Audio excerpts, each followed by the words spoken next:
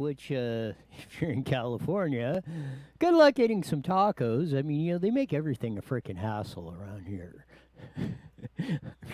you well, life was simple when you could walk up to the taco stand and order a taco or go up in there and sit down and have relax a little bit at midday or something in there.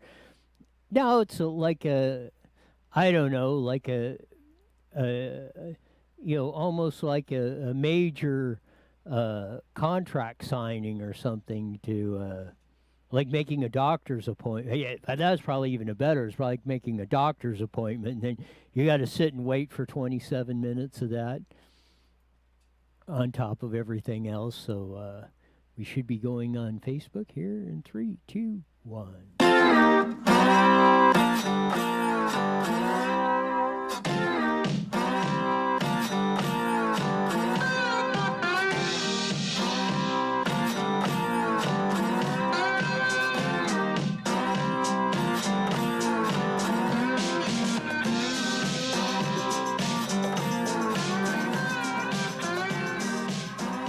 There's that funky slide guitar music that comes on every Monday through Friday on Newswire Live on Facebook and the aforementioned YouTube, which we usually start on, going across the board, which is always a lot of fun. Even it's a little more fun even when Stephanie's not here, but it's more fun when we do the segments on there. But I think some of the ones we do on YouTube, that couple minutes on there, are some of our best ones we do all across the board. But lots of news again. Now, usually, Mondays are usually really busy because you got all the weekend stuff you're getting to and everything else. And Tuesdays usually kind of mellowed out. I don't know if we're ever going to do that anymore in this whole world of that, because it just seems like every day there's another fun thing that's coming on or going in or doing this or doing that. And one fun story, I don't know if it is, but there was a jetpacker who was 3,000 feet above around LAX. I think it was about 5 or 10 miles of that. What's interesting about it is we were scouring the World Wide Web and all the social media sites. Nobody caught any interview of this, but one of the, I think it was the Southwest guy that first said, he's coming into LAX, and he says, there's this guy in a jetpacker up here flying around. So I think they got on the horn, the air traffic controllers, they got on the horn and looked at it, and and then they warned, I think it was a JetBlue that was coming in fairly soon. But yeah, you got to have some, I don't know, that seems like a something that you're stuck up there through. I mean, I think it'd be cool to be flying around at 3,000 feet in a jetpacker up there, but not in the high traffic area of LAX. That's getting pretty bold on the old system there. But unfortunately, nothing or nobody had any trouble on that. But yeah, how'd you like to be flying a plane or something and see that? Or look, you're in the plane, you look out the window, and here's this guy with a jetpack flogging around out there on the deal. Yeah, going by. Well, yeah. Well, no, that'd be really disastrous because that'd probably drop the plane. Because they have that's why they got to be careful of birds. That's why they keep them. They eradicate them because you get birds going through the jet, it'll flame out. Them things are turning like 30,000 RPM.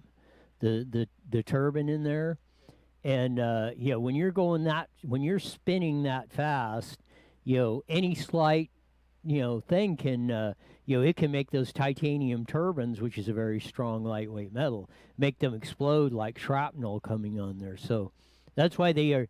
If you look, there's usually not any birds flying around a major airport because they usually take care of business on those guys on that.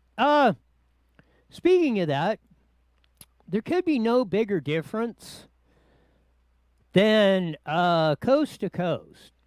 And, the United States of America was set up, well, originally 13, but now we're 50 melting pots. Each state has a lot of leeway to do its own thing. As long as they're not violating our rights under the Constitution or something, The states are pretty much up to making their own way, laws, everything else. So there's not much difference between uh, you know your well, I guess I should say wrong way of saying that. We all have our constitutional rights: free speech, freedom of religion, Second Amendment, right to bear arms, all that right not to incriminate ourselves. Set up the basic federal government and things like that. But as I said, there could be no bigger contrast from coast to coast, and that's California to Florida. Because we're stuck with gruesome Newsom, Governor Hairgel, on here. Got our state locked down tight, can't do nothing. Everybody's half pissed off at a minimum because you're getting dictated like you're a 3-year-old. With the nuns at the Catholic school beating your knuckles with a ruler and stuff for that. But I'm going to play the first clip. This Ron DeSantis yesterday. He said a couple things. He's opening up the schools, doing that. Dr. Scott Atlas, which we've had on there we've had a lot of his clips on there, agrees with a lot with Kelly Victory. Now he's advisor for Trump, and I think he has a lot to do with this. This is clip number 1 of Ron DeSantis at the press conference yesterday. Here we go. I think private sector jobs in July. And just imagine if we had shut down the state, we'd have lost another 300,000 or 400,000 jobs. And so I think that we understand what we need to do, but we will never do any of these lockdowns again. And I hear people say they'll shut down the country, and honestly, I cringe because we know places that have done that. The most draconian lockdown in the world has been Peru, military enforced since March. They have the highest per capita mortality in the world from COVID. And at best, what a lockdown will do is delay. It does not reduce the ultimate mortality, but I think Dr. Alice would agree, it creates a lot of other problems with mortality that a lot of people don't necessarily focus on. And so one of the things I've tried to stress in the last couple weeks in particular is COVID's important, but if you look, we have about 6% of our beds are filled with COVID positive patients. All those individuals we care about, their families, everything, and we need to be there for them. But out of 22 million people, we've got issues with people delaying cancer screenings, not coming in for heart or stroke. We have, we've lost ground on the opioids since. So there you go. He said, you were not the only thing you're doing with the lockdown, or I'm going to add the masks in my opinion, and all this stuff. The only thing you're doing is delaying, and nobody credible, even Fauci or Birx or anybody else, Hairgel, Galley, the mortician that's the head guy of the health official up there in California, they have never said we can stop COVID. They only said we could slow it down. But as Ron DeSantis, Kelly Victory pointed out yesterday, and Scott Atlas pointed out in this press conference, and we ran the story in Denver, where heart attacks people dying in their homes of heart attacks just exploded through the roof, while nobody was coming to the hospital. And more people have died of heart attacks. They can't say exactly because they didn't go to the emergency room over COVID, but all of a sudden, a lot of people are dying at home, and they're not dying in the hospital, because at first they thought, hell, everything's going great guns. Nobody's having heart attacks. Well, no, they're having more heart attacks and they're dying at home at a greater rate. And when you add in the cancers and everything else like that, like Ron DeSantis said, there will be no more. We will never do any of these lockdowns again, ever. They have been shown not to work. They ultimately cause more death, illness, destruction. Look at the loss of jobs, he said, if we would have done that. If we would have locked down the whole state like California is, or to the extent California is, they would have lost 300,000 to 400,000 jobs instead of gaining 75,000. So you want to go through that. It is on you, all of you who are advocating, Governor Hairgel, he says wear a mask or lockdown. We have to do that. I'm afraid to go out. We're all going to die. It's BS. There is no credible evidence, zero, of what could possibly be going on in this whole thing. As Ron DeSantis is going to point out, Peru had a military lockdown, locked down everything. They have the highest death rate in the world per capita. So all of you that are advocating for locking down, mask wearing, and school closings, and businesses closed, and everything else, you are the problem.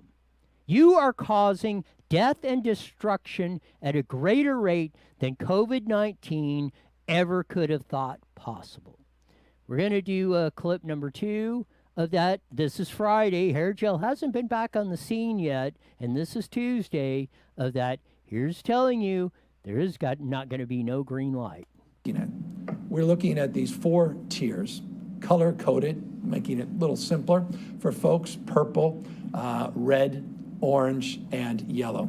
We don't put up green because we don't believe that there is a green light. It just says go back to the way things were, or back to the pre-pandemic mindset. Quite the contrary. These are the guidelines, these color codes. There's in Hair Gel's own words. You're not going back, ever. Quite the contrary. Get used to it. Is that the way you want to live? Every one of you that voted for that Klondike an idiot, there he is on the screen again. That's what you're voting for, and if you're still supporting it, you're supporting the death and destruction at a greater rate than COVID-19 ever could on this whole deal. You guys are the ones that are the ones that are keeping this stuff going. And the third clip we have from Ron DeSantis, he's going to show you, because if you in California, Disney, Knott's Berry Farm, Universal Studios, all of those places have said, we want to open up. We are killing us. We got to go of all this stuff. Here's Ron DeSantis talking about his meetings, because he has the same theme parks, or most of them, in his state. Here we go. We had the theme park roundtable last week, and you asked Universal and Disney and SeaWorld, how you guys doing in California? Oh, we're not. They have no pathway to get back, in California, and so we had a different approach, and so I think that's been good. Now you're right. If you go in Central Florida, everything's open except the nightclubs and the pubs, and so that's something we're going to address. It was a situation where we wanted restaurants, we had them doing some certain things. So we said, look, if a pub does the same thing, what's the problem? That wasn't their business model, and so we ended up it was an enforcement issue more than anything. But we are going to address that. We're going to move with that, and then obviously we're going to work on our 3 southern Florida counties, getting them where we are and there. But that's really the last piece of the puzzle. And I think that's something that's good. We gained jobs, 74,000, I think, private sector jobs in July. And just imagine if we had shut down the state, we'd have lost another 300,000 or 400,000 jobs. And so I think that there you go. California has no plan to open them. Florida's saying, let's rip it. And everybody says everybody in Florida was going to die over this whole thing. Ron DeSantis is a loose cannon like Trump. Oh, they're going to kill us all. Oh, please, Governor Hairgel, will you save us? I mean, it's ridiculous of what's going on. Jesse asks, our producer Jesse here in studio, asked about this one. This is Senate Bill 145 by the aforementioned Scott Wiener from the San Francisco area, and openly gay member of our legislature up there. And now, believe it or not, you can. They passed the bill. The bill says, if you have anal sex, if you're convicted of anal or oral sex of a 14 to 17-year-old, and you are less than 10 years older than them, the judge may make it that you do not have to register as a sex offender. So to put that in plain terms, if you are 23 and are convicted of having oral or anal sex with a 14-year-old, the judge can issue a order that you do not have to register as a sex offender. Welcome to California. If the aforementioned clips we played of the difference between Governors DeSantis and Hairgel, Florida and California, did not get your attention, I wonder if this will. It seems like every day we're running with another stupid, idiotic mandate, law passing, anything else in California. It's mind-boggling. We're going to have Stephanie in for a segment on the schools, but you're going to see how I talk about it a lot, about the deception you see in society and the way they don't necessarily tell you a lie when what they may say may be technically accurate. But it's not what the reality of the situation is. They do this time and time again because they want to control you. And after the bottom of the hour, we'll have Mason Weaver on of that, and he will tell you on what life is like on the plantation. And if you don't believe that, if you don't believe this, I don't know what else to say. But here we go with Stephanie on that, and you're going to see some mind-blowing statistics here pretty soon. A lot about the quality of education in our schools, and especially in California. I put this statistic out there a lot of the time. In 1990, we were number one in education, along with almost every other thing. That's probably one of the most important things there is in this equation. But we have systematically went in the last 30 plus years down to the bottom. We're in the 40s in most rankings of the 50 states in quality of education. And the amount of BS that goes on in this, one of the charts I seen was trying to claim, well, California only spends $10,000 a year per student on education, and the national average is $12,000. Well, let's just do some round numbers. We have over $100 billion budget for K through 12. We have about 6 million students. Just right there, without any of the local, that's almost $17,000 per student. And when you add in the local school bonds and stuff, you're at about $20,000 per year per K through 12 student in California. It's the amount of misinformation that goes on that is really disturbing. It's like that. You'll hear, and I'm not even singling them out. But what about like textbooks and field trips and all that other stuff? That's all included. And that's not included. No, that's if you pay. Well, if I'm reading your question right, is say your kid wants to, they're planning a field trip like we used to do out to Joshua Tree. Ooh, out there.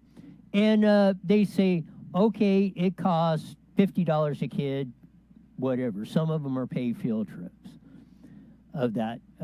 Now, that doesn't count in the amount of cost per education in the school budget. That's just a fee for you attending gotcha. the field trip. So, no, those would be thrown in on top of that. The extra charges you pay are not. No, the state and local school district, on average, across California, spends about $20,000 per year per K through 12 student. I will even prove this even more. When they used to put a little card out of the budget at Moreno Valley Unified School District, their budget was $700 million. Let's say round numbers, $700 million, and roughly it's a little less, but they got 35,000 students. So do the math. That comes out to $20,000 per student. So when they claim poverty or stuff or things like that, or it's always we need more money, we need more money. As we've thrown more money at these schools per pupil, our education has went down. This is a poll out by USC Pace Rosier poll, so it's a very credible poll done at that. Voters skeptical of school quality supporting more funding. In the winter of 2019, strikes by Los Angeles and Oakland teachers dominated headlines. Teachers in both cities ultimately won more pay, support, and staff, but the strikes are also presented an opportunity for additional change. The Los Angeles Times editorial board, for instance, wrote that in LA strike put the importance of quality education front and center in the public psyche. The urgency and attention generated by the strike must now be allowed to fade. So right there. And I said, I'll have to dig the link out, but in 2018, which is a little higher than California, but the average teacher in Los Angeles, UTLA, United Teachers of LA, was $103,000 total compensation. And they're claiming poverty for only working 9 months out of the year, mind you, of that. Further quoting from the poll, the results of the 2020 Pace USC Rosier poll, however, show that California voters lack enthusiasm about the state education system and local school quality, and it's unclear what effects such trepid support will have in a range of possible solutions. In the poll, voters gave school their lowest grade in half a decade. Only 20% gave an A or B on an A through F grading scale, with parents especially critical. Listen to this. More than 2/3 of respondents said that over the past few years, California school quality had either gotten worse or stayed the same, gotten better, 10%, gotten worse, 41%, stayed the same, 36%. Now, I'll give you back to that statistic. 2/3 of respondents said that over the past few years, California school quality had gotten worse or stayed the same. Now, you cannot say that's a false statement because in the poll, it says 41% said gotten worse, 36 stayed the same. So what's 41 and 36?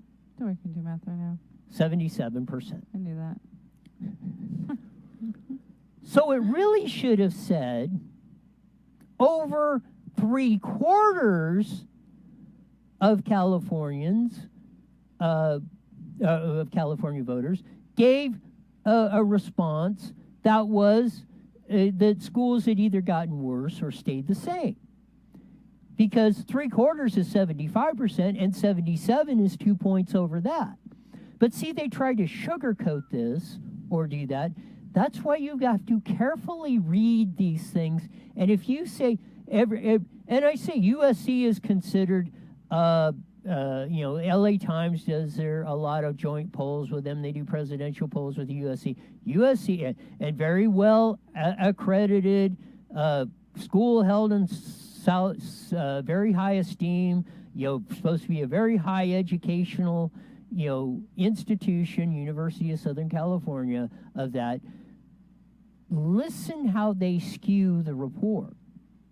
Because in an honest report, if they wanted to say that, they should have said over 3/4 of California voters think schools have either gotten worse or stayed the same.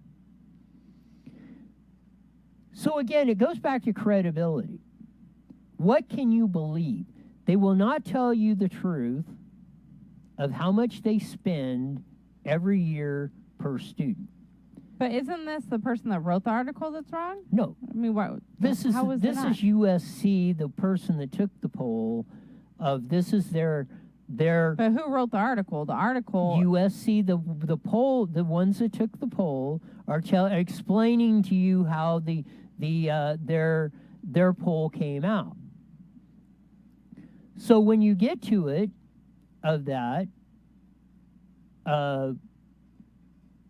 and that's why I say when you read that analysis of that, this is why some of us, as you heard Dr. Kelly Victory yesterday about the COVID numbers, and the experts from Harvard and University of California, Riverside, and other places are coming out and basically backing up the CDC guideline analysis, the new CDC guidelines for testing of that Gavin Newsom says, well, I don't care what that is.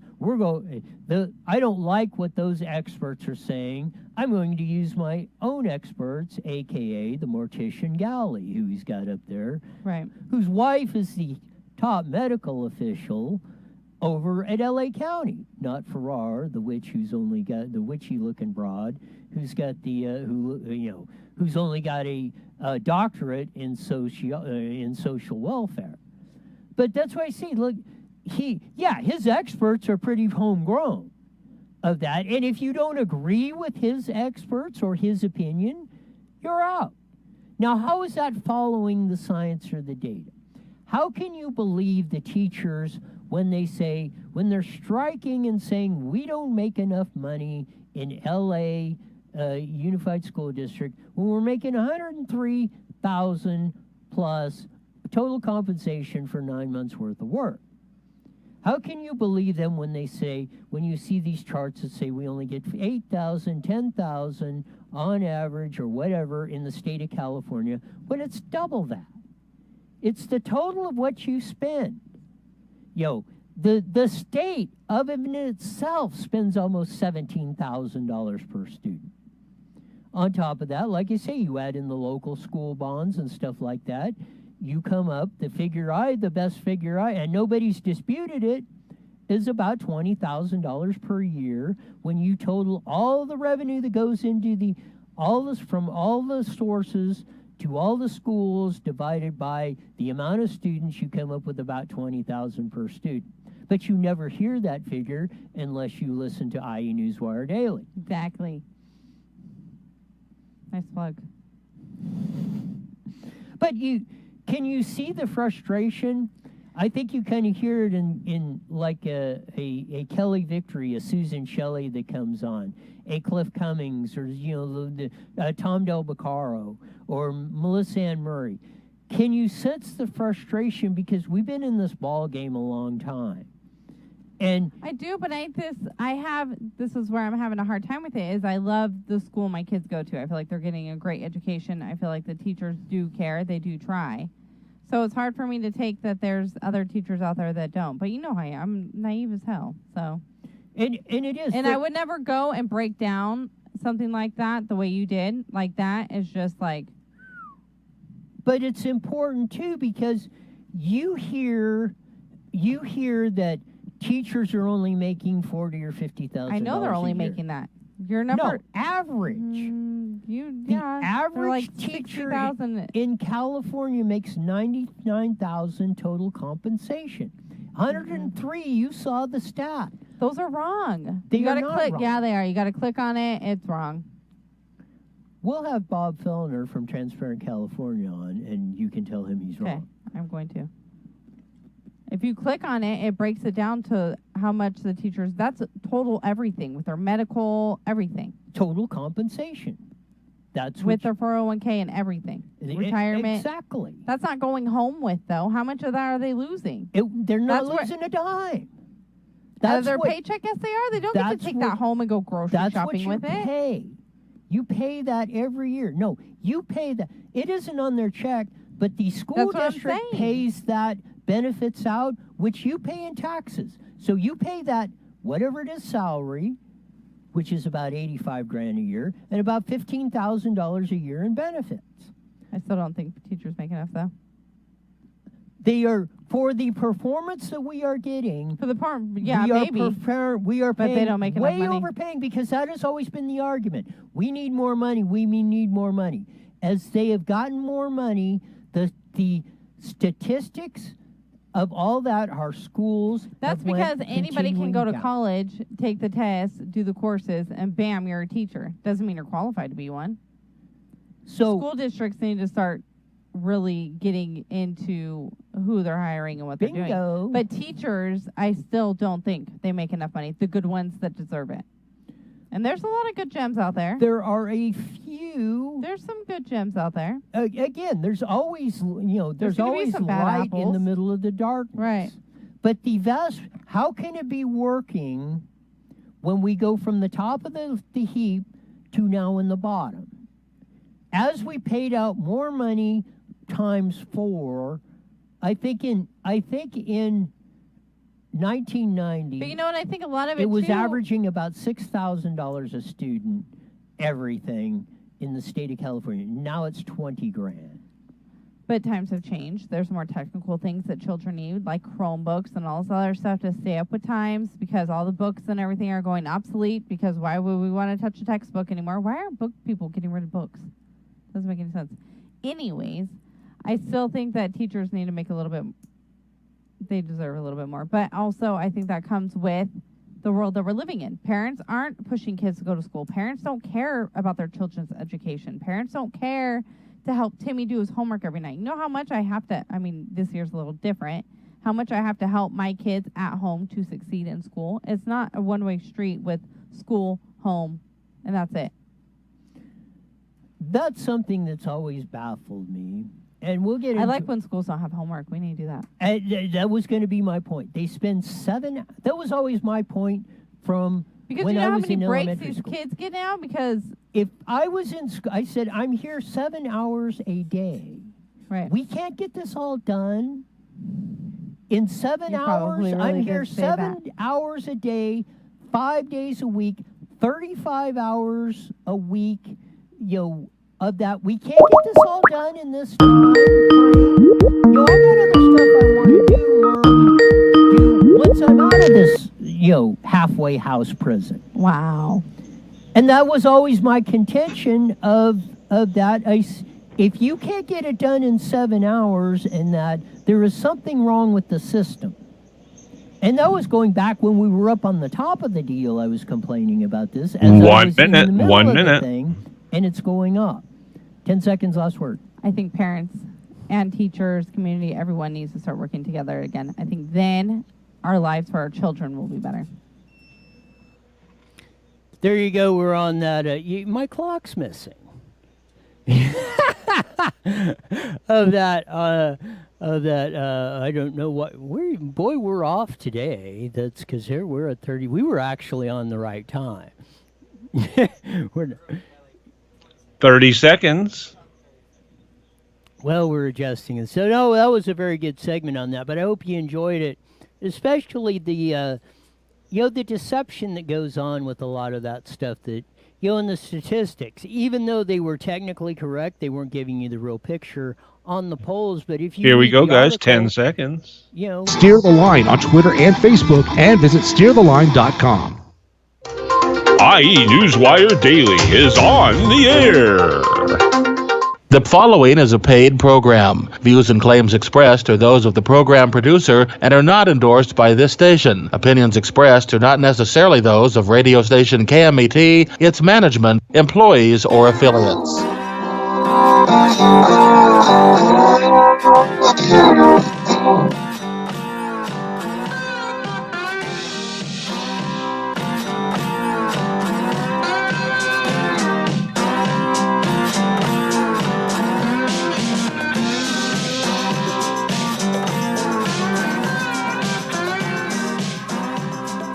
There's that funky slide guitar music that comes on every Monday through Friday on the Mighty Met 1490 KMET, broadcasting all over the SoCal airwaves on the AM dial, and rolling into and joining our audience who started us, as we do every day, live at 5 on IE Newswire, on Facebook, and YouTube.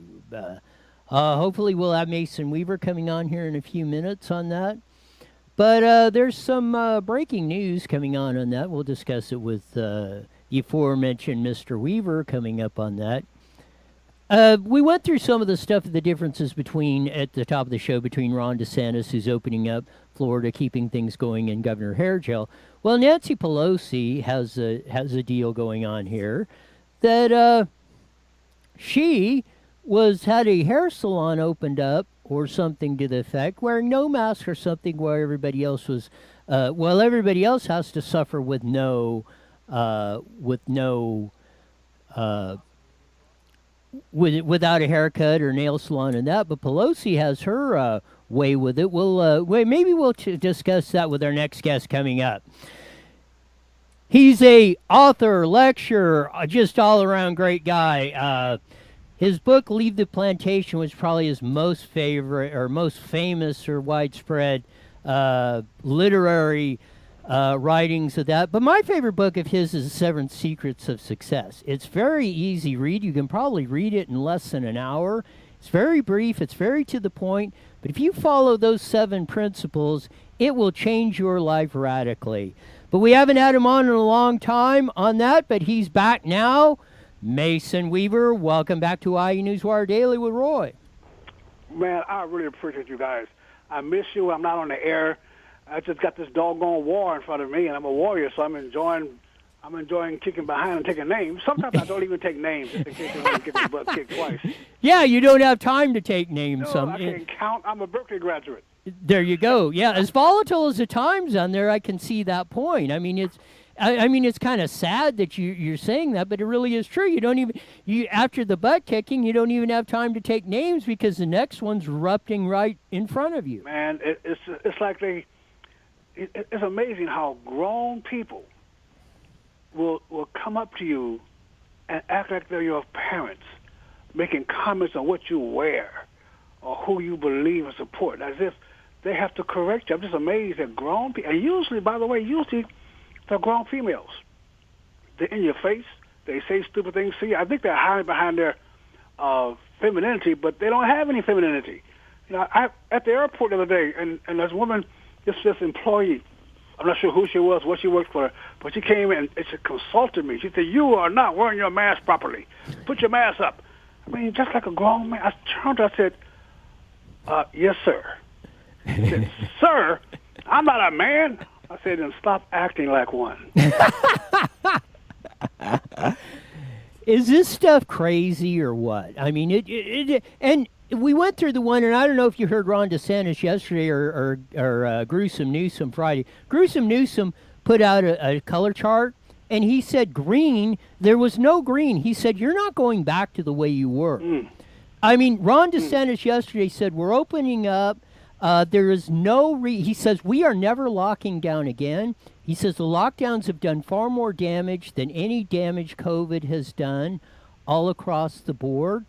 And he said it's stupid. And he said one key point, and he had Dr. Scott Atlas on, which we run. And I am so very grateful that Dr. Scott Atlas is part of the team of Trump dealing with this, because now we have somebody who's sane. Got and some sense. Yes, and it actually looks at the situation. And he was with Ron DeSantis yesterday. And they both did that. And of that, like Ron DeSantis, 2 key points. Ron DeSantis said, you were never stopping the spread. You were never preventing the ultimate amount of deaths. You were just maybe spreading it out. And he said the second thing, which I pointed out before, Peru had the strongest lockdowns of all. Military lockdowns. You couldn't go anywhere. They would shoot you if you were outside on that. Maybe not literally, but it's come close. And they have the highest death rate per capita of COVID-19 in the world. Mason Weaver. Yes, sir. We need germs, folks. Germs keep us healthy. Fighting the germs make your body stronger. Putting yourself in a room makes you weaker. That's why when they finally lifted the little house arrest, people came out and the number of cases went up. But today, you notice, yesterday they announced that only 6% of corona deaths were from corona only. 94% had other conditions. Folks, you're being lied to.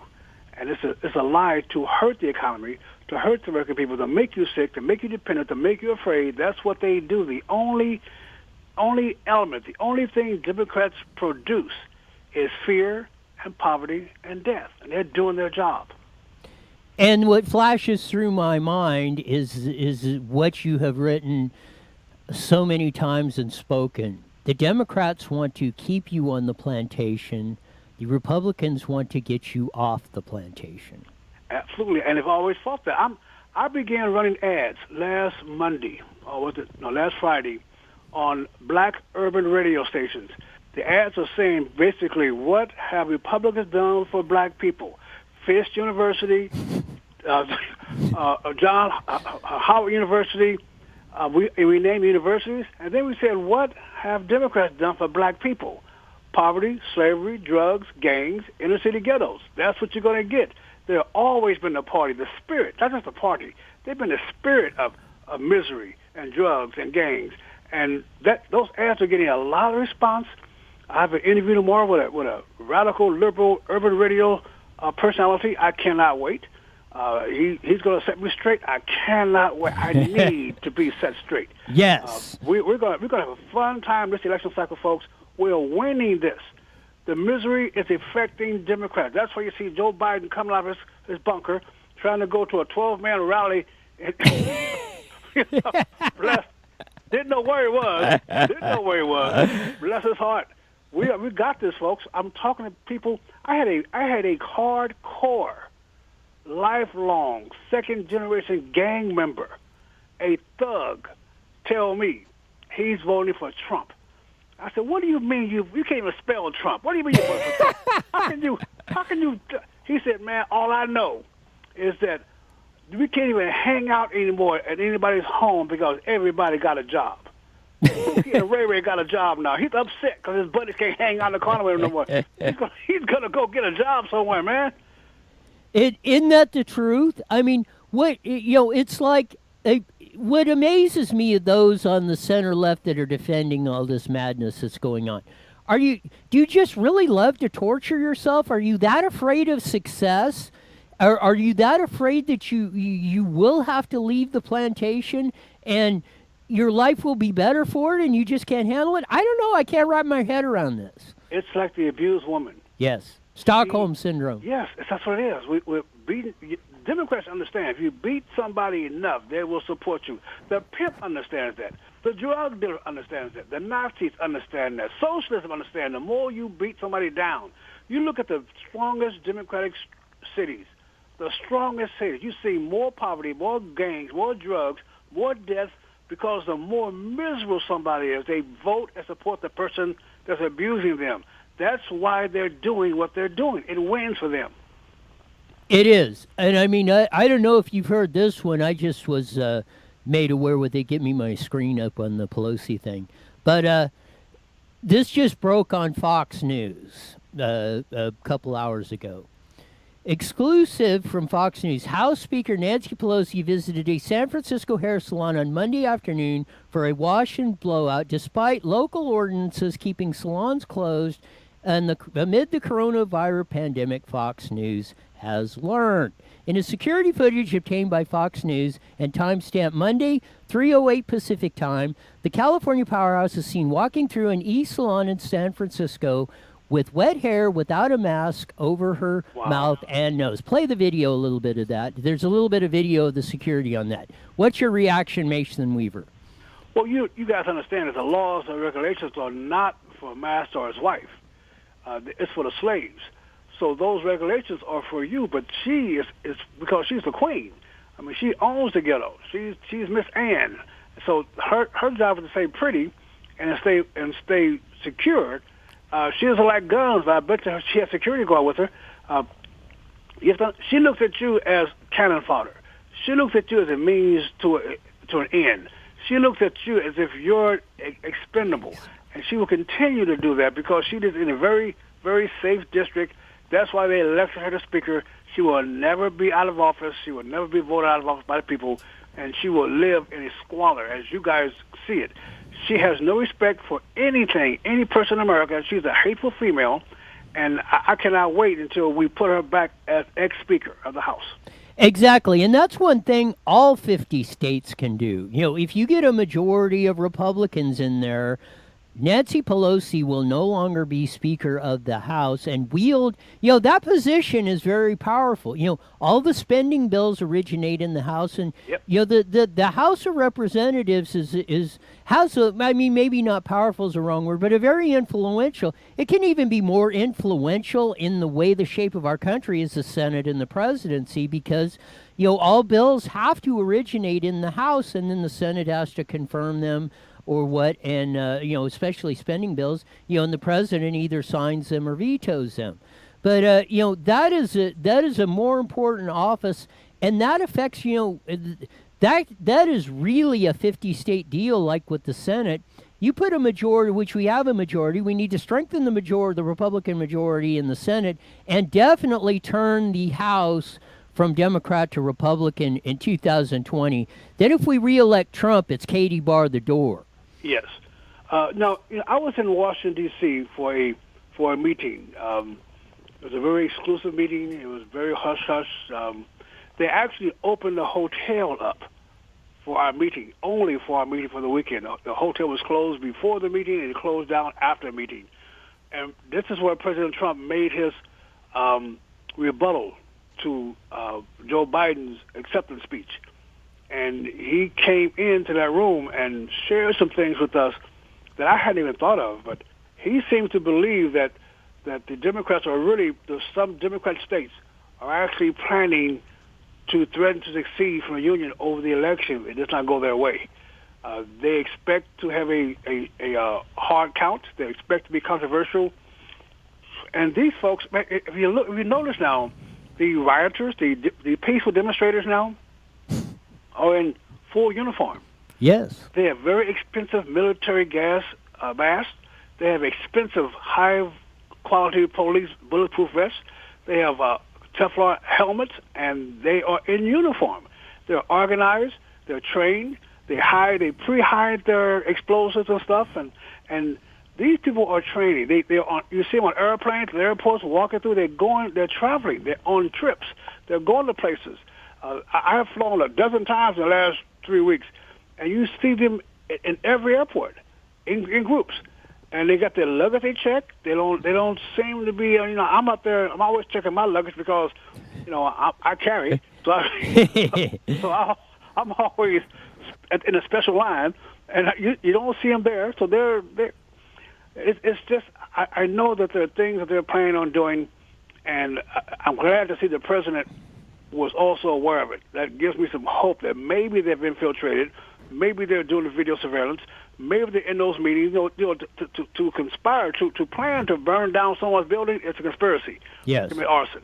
That's a felony. To arm yourself illegally. That's a conspiracy to commit a crime. And I'm hoping they're taking notes enough that when the election's over, they can make some arrests and get these clowns where they're supposed to be and follow the money. Who are supporting these people? Follow the money and the training. I've seen them training. I went to the one of the training things in Raleigh. I just stood there on the corner. They saw me as a black man. Figured I must be one of them. I happen to have a black T-shirt on. You were in your disguise, right? Oh, I just see a black man disguised as a black man. I'm looking forward to seeing what he's going to have for these guys after the election. I'm hoping it's going to be a really good party. It is, and this is one thing, and this is one thing that's been a great concern of mine, and seeing the events that have been coming on the last month, with the whole mail-in ballot thing and how that can turn crazy, just run this scenario, which is very probable of happening. Like the Bush v. Gore in 2000, where it was 535 votes in Florida decided the election. Yep. And this is my great concern. What if Trump wins this in a close election? I'm thinking just of the scenario that you've laid out, which is happening in that. They're organized, they're training. And on top of that, they got some pretty good arsenals with them and very expensive weapons hanging with them too, along with their same AR-15 with the same equipment on it. Yes. I'm a gun guy. They're not just these are very high quality AR-15s with the same scopes, the same handle. They got the same gloves on. This is a uniform. And what my concern is, if we have a close election, and especially if Trump wins this thing closely, I'm thinking, the blank might just hit the fan come January or December. Come December, these clowns are already shooting Trump supporters. Yes. They're already shooting and celebrating. And no one gets they're going to have, talking about safe spaces, they're going to have safe states. They're going to have Washington, Oregon, and other states that they can operate with impunity. They're going to be able to organize and train and attack us from these safe places where there be no governor over them, no mayor over them, no county police. They're going to be organizing and going to be apologizing and protected. And we better be willing to go in there after them anyway. And the only way we're going to be able to go after them anyway is to have Donald Trump in the White House. I'm in 100% agreement on that because, again, and then the flip side of that, what if, And I really don't hope it happens. But in this crazy year that everything just went upside down, what if Biden wins this thing? Well, if Biden, he wouldn't know. Yeah, that's true. He wouldn't know. And that's even scarier because Kamala Harris will be the one calling the shots. Oh, I don't think so. Kamala will sit there quietly and mind her own business. Right. There's some folks behind Biden Yes. to put him up. But if he dies, she'll probably resign and let Nancy Pelosi take over because Kamala doesn't have a clue what's happening. Somebody just made her a placeholder as vice president. Well, yeah, over the Antifa and the riots and all that, and Maxine, they're jumping up and down.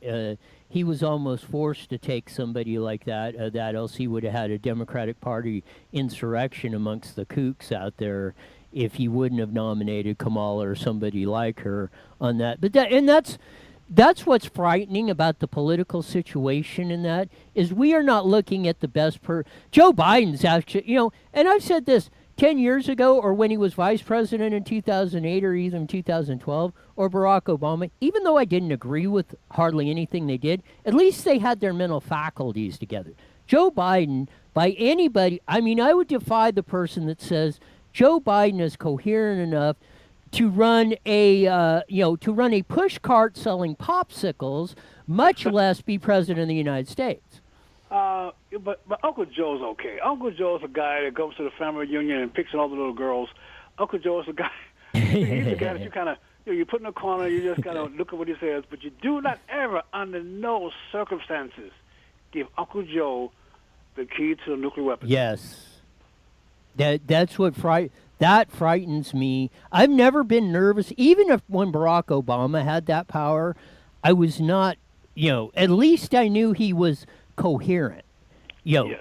That Joe Biden is not. He was liable to do, or somebody is liable to. Not that he is. Somebody's liable to talk him into doing anything. Not just that. All you got to do is get the generals on the line and have Joe Biden sit there with a teleprompter. Read this, Joe, and he'll say, "Bomb Russia." I mean, just whatever they say on the teleprompter, he's going to read slowly, emphatically, with power and delivery. Go bomb Russia. That's how gone this figure is. That's the way I see it, in my opinion of that, and that's what scares me to death. I mean, that it just, this whole crazy year of 2020 has just been so abnormal, off the charts, unusual. Yep. I mean, I'm not discounting anything as a possibility that happens. Nope. But there's one thing that I want to tell your listeners. I want your listeners to understand this. The main, number one reason we're here right now, worried, sick of what we see, is because we failed to get up in 2018 and go out to vote. We got tired. We got the 2016 election wars out, and we let Nancy Pelosi and Democrats take back power because we got tired of the battle. They will never give up. This is their church. This is their sanctuary. It's their religion. They will never, ever give up. The Civil War continues with Democrats. But we gave up. We stopped. So this election, folks, do not get tired. Do not get worried. Do not get scared. The purpose of fear is to freeze you where you are. The purpose of fear is to stop you in your tracks. Let's not be fearful. Let's be fearless and go take back our nation and send them a message. They think that we're scared of them. Let's show them they should be afraid of us. Very wise words from the great Mason Weaver on that. I hope everybody follows those marching orders going forward because I can't argue with anything that he has said here today on that. And I want to thank you for being on the show. It's been far too long, and hopefully we'll be doing this real soon. Got about a minute. Plug anything you want. We are putting ads out. We're making more ads as we speak. I need your listeners to go to my site, leadtheplantation.org. Any purchase of books in September will be put into ads. But also I want your support. I want you to join, put us on your mailing list so we can start sending you information about what's happening on the front lines. I'm the guerrilla warriors. I'm out there doing things behind the lines, unseen, unheard of. But let's get up and go vote and be watchful and prepare to defend our victory. Yes, it's absolutely important that we do that. And again, you got your marching orders from the great Mason Weaver. Get after it and get on it. And we only got, less than 80 days left to the election. We'll do this again real soon. Thanks for being on, Mason. Thank you, sir. God bless you.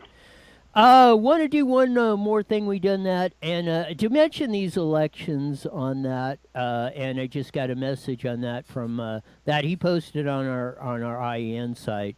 But one of the things it is not only on the presidency and stuff like that, but another one of our great candidates we have running out here locally, and we got it up on the site. Alley, Missouri for Assembly, 61st District, that which it basically is the west end of Riverside, Moreno Valley, Paris area, and a few parts on that. But again, common sense candidate. Jose Medina is right up there. Of the aforementioned, along with all the kooky stuff of doing that in hair gel, and you're never going to return to normalcy as you knew it before 2020. But in order to stop that, you've got to elect not only Donald Trump, but you got to elect candidates like Alley, Missouri. Sometimes the more local your candidate, the more important. He's running for the Assembly, which is one of 80 members in California. That again, and the Assembly has a lot of influence. They, all the spending bills originate there. Of that in our legislature in California, and this assault on our schools, on our economy and stuff. Even if the governor was Governor Hairgel, if you had some common sense people in our Senate and Assembly up there, they could stop a lot of this stuff. And if you had a strong legislature up there, you could stop these stupid emergency orders and nonsense that Hairgel's coming up with. But as Mason Weaver says, like in 2018, California has given up for decades now, and not elected Democrats or liberals. They have elected far too many, far off the deep end, socialist, communistic kooks, and keeping you on the plantation, as Mason Weaver said, and that's what the big deal is on this whole thing. And I implore you, not only, and I agree with that, and I talked about it, we can have an influence. We only have 8, or I think 8 is 7 or 8 Republican Congress members out of 53. 8 total. There's 46 Democrats going to Washington, D.C., supporting Nancy Pelosi, who gets the hair salon opened up for her, while the rest of you have shaggy hair and can't get a haircut and have to wear masks or anything else. You've seen the footage of that Fox News is pointing out. Allegedly, she's walking through the hair salon with no mask, had it opened up so she could get her hair done while you suffer. I don't know what else it's going to take to wake you up, but it's important. Not only the presidency, we don't have a federal Senate, but half of 20 of our state senators are up for re-election. All 80 of the Assembly members, as in Congress, are re-elected every 2 years.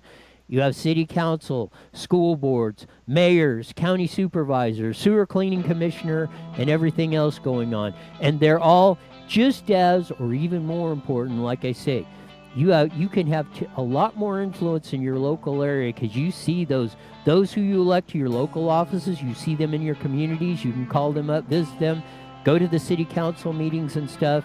They're in your community, so they're much more accessible than those nutcases in the District of Criminals over there. We'll be back tomorrow on Wicked Wednesday with Stephanie. So until then, in 23 hours, see ya!